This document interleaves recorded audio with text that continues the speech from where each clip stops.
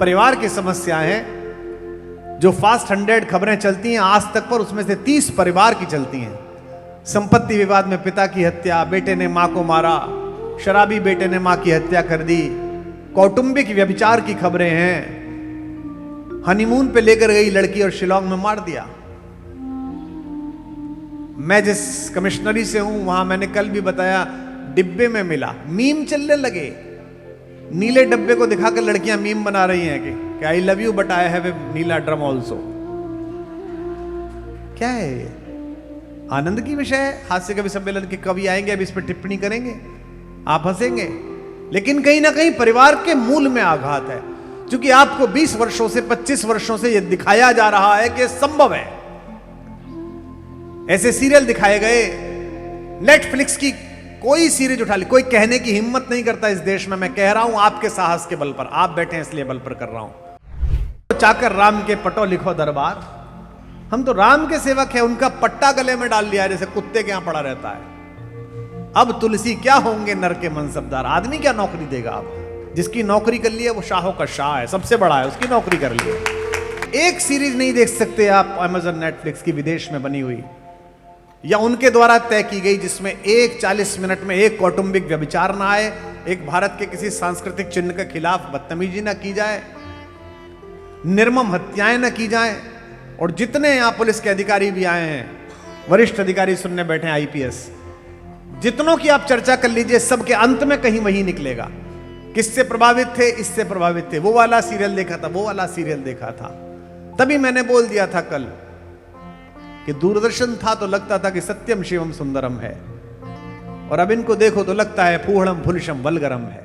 यह जो भारत की जीवनी शक्ति है, ये इन कहानियों से आई है। समस्या यह हो गई है कि पश्चिम में जो कुछ था वो शोभन है।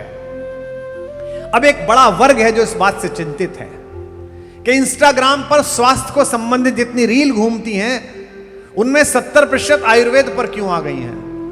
उनमें 70% प्राकृतिक चिकित्सा पे क्यों आ गई हैं? उनमें से 70% उन चीजों पर क्यों आ गई हैं जो आपकी मां और दादी के पास थी? क्योंकि उनका पैरासीटामोल बिकना बंद हो गया है, उनकी दवाइयों की दुकानें बंद हो रही हैं।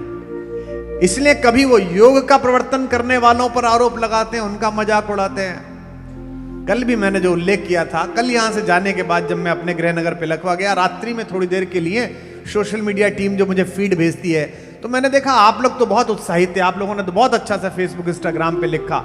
लेकिन जो तथाकथित बुद्धिजीवी हैं, जिनको यह समस्या है कि आज तक जैसा सबसे बड़ा चैनल, उसका साहित्य महोत्सव और उसका प्रतिदिन राम के नाम से क्यों शुरू हो, यह जो कष्ट है, इस कष्ट के विरोध में आपकी हजारों की उपस्थिति है, आपकी करतल ध्वनियां है, आपकी ताकत है।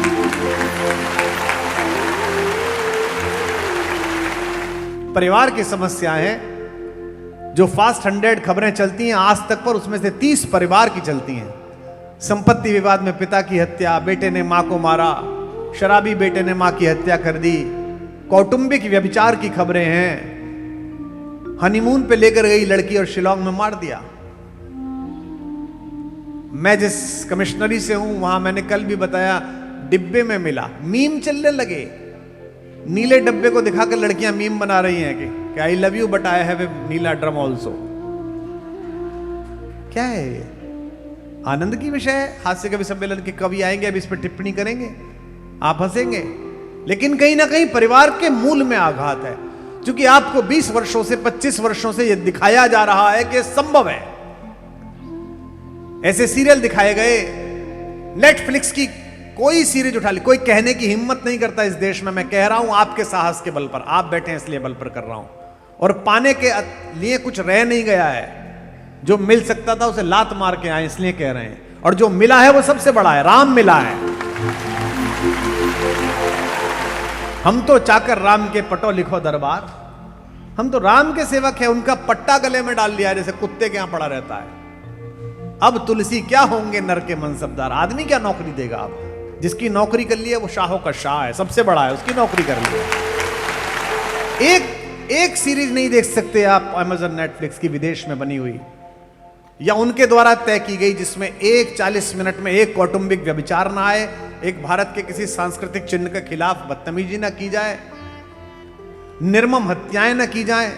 और जितने यहां पुलिस के अधिकारी भी आए हैं, वरिष्ठ अधिकारी सुनने बैठे हैं, आईपीएस, जितनों की आप चर्चा कर लीजिए, सबके अंत में कहीं वही निकलेगा।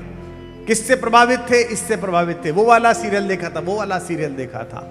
तभी मैंने बोल दिया था कल कि दूरदर्शन था तो लगता था कि सत्यम शिवम सुंदरम है, और अब इनको देखो तो लगता है फूहड़म फुलशम वल्गरम है।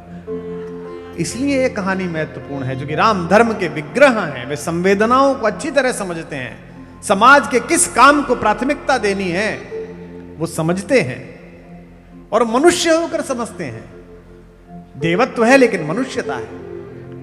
पत्नी के बिछड़ जाने पर भी मनुष्यों की तरह खग मृग से संवाद करने वाला व्यक्ति कोई नहीं मिलेगा। आपको मैं किसी के खिलाफ नहीं बोल रहा, देवत्व की एक परिभाषा आपको नहीं मिल सकती जो चमत्कार ना दिखाती हो। अरे देवत्व छोड़िए, सामान्य रूप से जो देवत्व की दुकान लगाए कुछ लोग बैठे हैं, ये चमत्कार दिखा रहे हैं, हमारे गुरुजी का ये चमत्कार हमारे।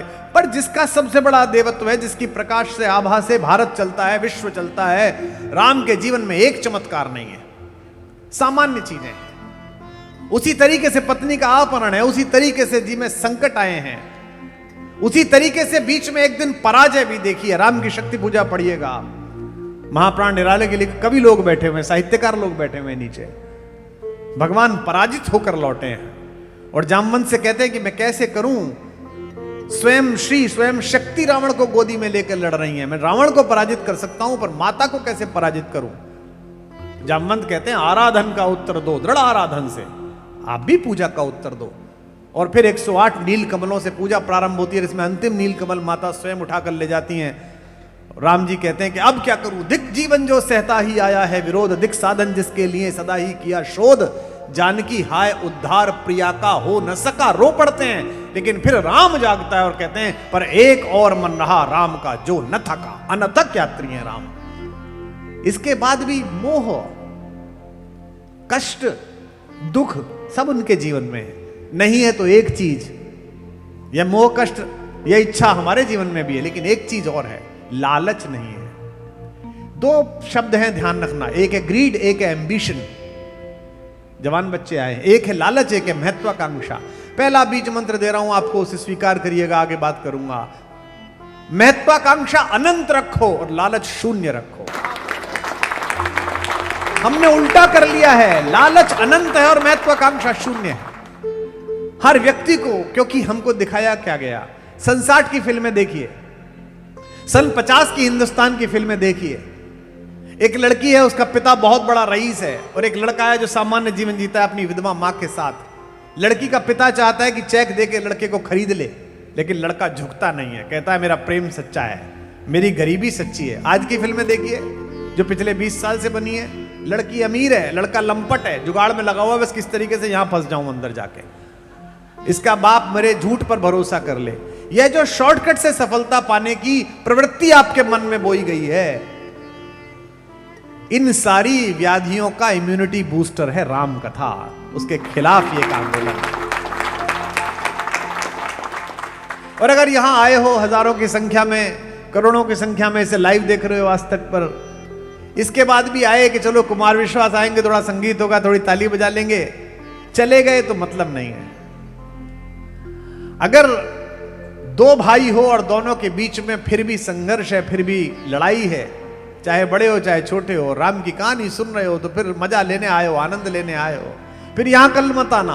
और यहां गाने वाले काफी आएंगे, उनके यहां चले जाना, क्यों समय बिगाड़ते हो अपना भी और हमारा भी। मेरे को गुड़गांव के एक बहुत बड़े बिल्डर ने एक दिन मुझे कहा कि कुमार जी, हम तो यूट्यूब पे सुनते थे, बड़ा मन था अपने अपने राम कराने का, 2-3 साल से सोच रहा था, लेकिन संकट में था, अब ठीक हो गया, अब मेरे फार्म हाउस पर अपने अपने राम कर दीजिए। तो मैंने पूछा भाई साहब संकट कैसे, मुझे लगा स्वास्थ्य खराब होगा।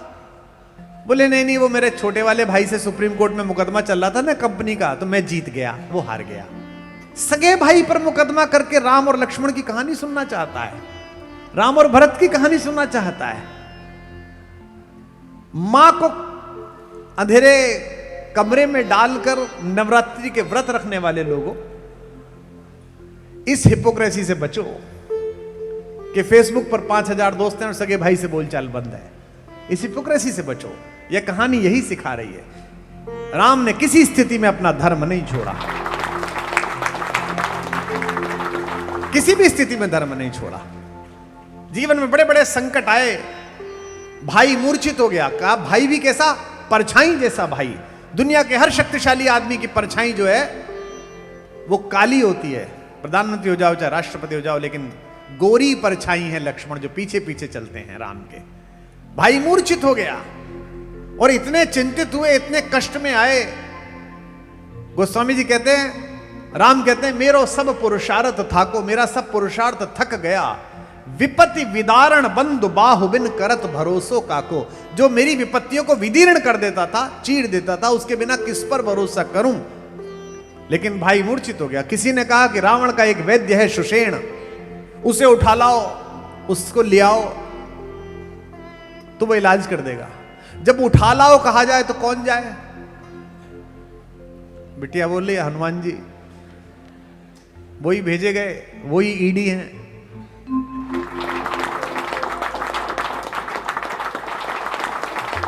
वही सीबीआई है, तो जाओ लेके आओ। लेने गए।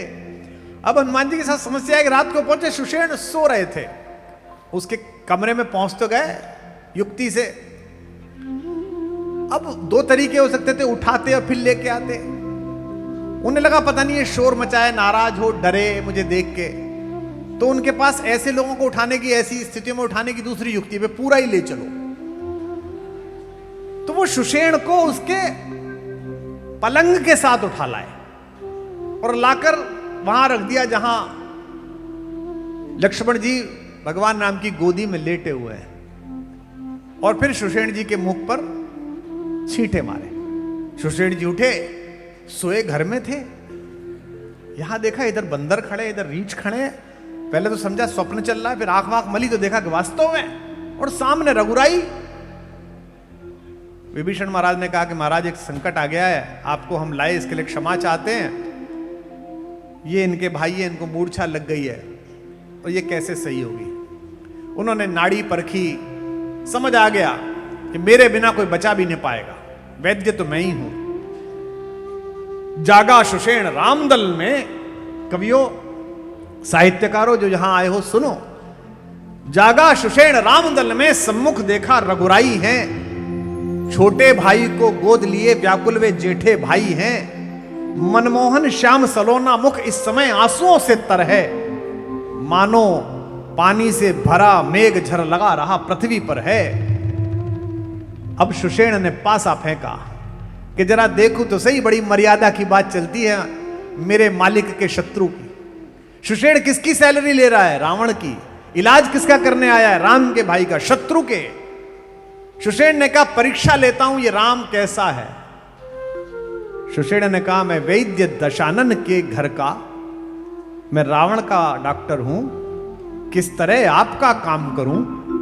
अनुचित होगा यदि बैरी को लंकापति के आराम करूं।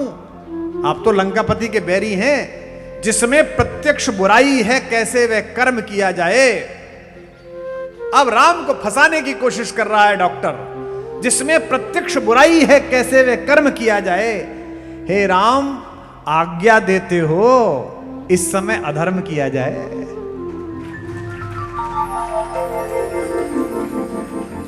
हमारा देवता प्रश्नों से बाहर नहीं है। हम ऐसे संस्कार में पैदा हुए हैं जहां देवता को प्रश्न पर घेरने पर कोई सुषेण से यह नहीं कहता कि तेरी हिम्मत कैसे हुई, तूने राम जी पर सवाल उठाया, मैं तेरा सर तन से जुदा कर दूंगा। ऐसा नहीं बोलता कोई। राम फंसे हैं तो राम निकले, हम बाहर खड़े होकर ताली बजाएंगे। भक्त हैं, यहीं तक के हैं, प्रभु आप फंसे हो, आप जानो। कृष्ण जी पकड़े गए हैं, मां ने बांध लिया, यशोदा ने सोटी लेके खड़ी है तो पिटो। हम बचाने नहीं आएंगे, हम ताली बजाएंगे, बाहर खड़ के मजे लेंगे। क्या धुलाई हो रही है, वाह आनंद आ रहा है। यह जो स्वीकार्य है, जो लचीलापन है इस सांस्कृतिक विचार का, इसको बचा कर रखो। इसे कट्टर मत बनाओ, इसे उन जैसा मत बनाओ जो अपनी कट्टरता के कारण पूरे विश्व में परेशान है। इसको बचा कर रखो। इसी के कारण 1000 वर्ष में बचे हो। कितनी भी संस्कृतियां आई उसके बाद इसीलिए बचे हो कि मगरूर आंधी दरख्तों को पटक जाएगी, वही शाख बचेगी जो लचक जाएगी। ये जो लचक है, ये जो फ्लेक्सिबिलिटी है हम में, मुझे बहुत लोग मिलते हैं, अजी वो ऐसा कर रहे हैं, हम ऐसा क्यों नहीं करें? अरे कोई बात हुई, वो गलत कर रहे हैं तो हम करेंगे? हमारे गांव में एक चौधरी साहब रहते थे, उनके पड़ोस में एक सज्जन रहते थे, वो मांसाहारी थे। उनके घर में बेटी देखने वाले आए तो वो बर्तन ले गए। पहले तो ऐसे ही होता था, बर्तन पड़ोस से ले आए। तो चौधरी साहब के लड़के ने दूसरे दिन कहा कि पापा जी, वो पड़ोस वाले अंकल जी हमारी थाली में गोश्त खा रहे हैं, गोश्त। तो चौधरी साहब नाराज हो गए, बोले तू उसकी थाली मांग, कला हम सारे की में गोबर खाएंगे। अरे भाई, वो गोश्त खा रहा, तुम क्यों गोबर खाओगे? अगर वो ऐसे तो तुम क्यों हो जाओगे? जिसमें प्रत्यक्ष बुराई हो, कैसे वे कर्म की याद आ जाए। हे राम आज्ञा देते हो। सुषेण ने कैसे कहा होगा, सोच के देखो।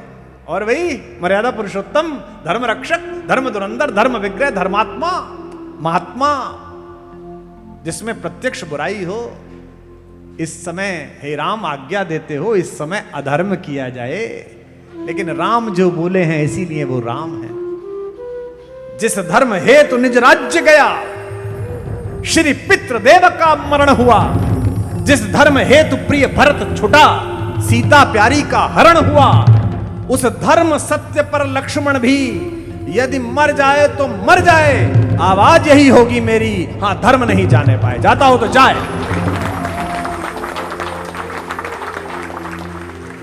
बरस्यावर रामचंद्र भगवान। ये आपने देखा है विश्व में कहीं? आवाज यही होगी मेरी, हां धर्म नहीं जाना पाए। इसी क्षण के लिए पिताजी स्वर्ग चले गए, माए विधवा हो गई, श्वेत वस्त्र में आ गई। इसी पल के लिए जन्म जन्मांतर की संगिनी और मेरी प्रेमिका, मेरी पत्नी का हरण हो गया। लेकिन यही धर्म छूटता हो तो ये भी जाए, मैं भी जाता हूं, पर धर्म नहीं छूटेगा। और आप जरा से गठबंधन धर्म के कारण उनसे समझौता कर ले तो जिन्होंने आपको 50 गालियां बकी है, और फिर कहते धर्म चल रहा है। मैं राजनीतिक टिप्पणी करता नहीं हूं, लेकिन जब भी मैं ये देखता हूं तो मुझे कवियों के वंश से गए हुए एकमात्र सफल राजनेता की याद आती है, जिनका मुझ पर बड़ा बचपन से स्नेह रहा। पूज्य पंडित अटल बिहारी वाजपेयी जिन्होंने कहा, अगर एक सीट खरीदकर सरकार बचती हो तो ऐसी सरकार को मैं चिमटे से छूने से अस्वीकार करता हूं, चला जाऊंगा बाहर। ऐसा भाई, उसके लिए भी राम कह रहे हैं जाता हो तो जाए, मुझे मतलब नहीं है, धर्म नहीं जाना चाहिए। और भाई कैसा है, 12 से निज हितपति जानी, लक्ष्मण राम चरण रति मानी। बचपन से ही पता चल गया कि इन्हीं के चरणों में गति है। ऐसा भाई, जब चारों बेटे जन्म लिया चारों ने, और षष्ठी हो गई, छठी हो गई। अभी मैंने कल रात्रि को सोने से पहले, मेरे एक बहुत प्यारे दोस्त हैं, हम लोगों ने शो भी किए हैं कई, कपिल वपिल के साथ भी। उनकी मैं एक सीरीज का पहला भाग देख रहा था, थोड़ा सा 15 मिनट देखा, बंद कर दिया।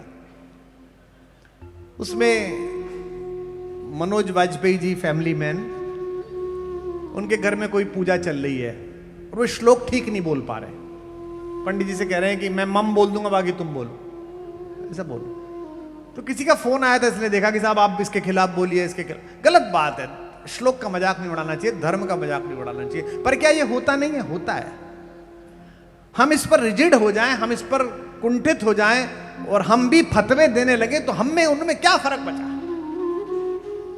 छोटा बच्चा आप गोदी में लीजिए, आपके गाल पर झापड़ मारता है, आप पलट कर नहीं मारते।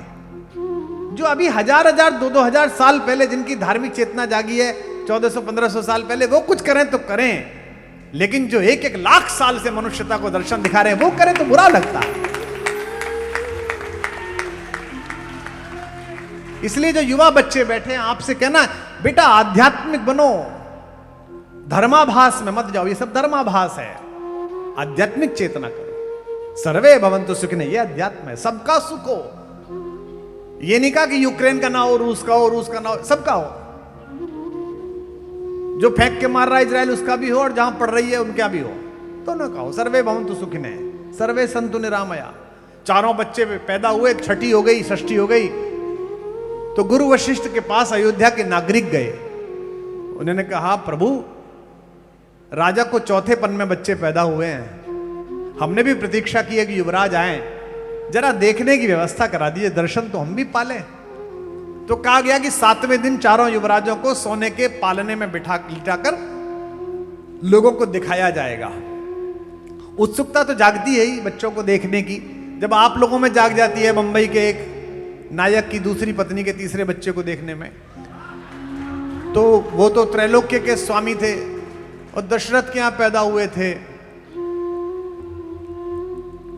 तो सब लोग इकट्ठे हुए। अब तक चारों बच्चे एक बड़े पालने में एक साथ लेटते थे, पहली बार अलग अलग पालने में लिटाए गए। बहुत ध्यान से 100% इधर सुनो तब आनंद आएगा, वो तो सुन रहे हैं कैमरे वाले। तो चारों बच्चे लिटाए गए,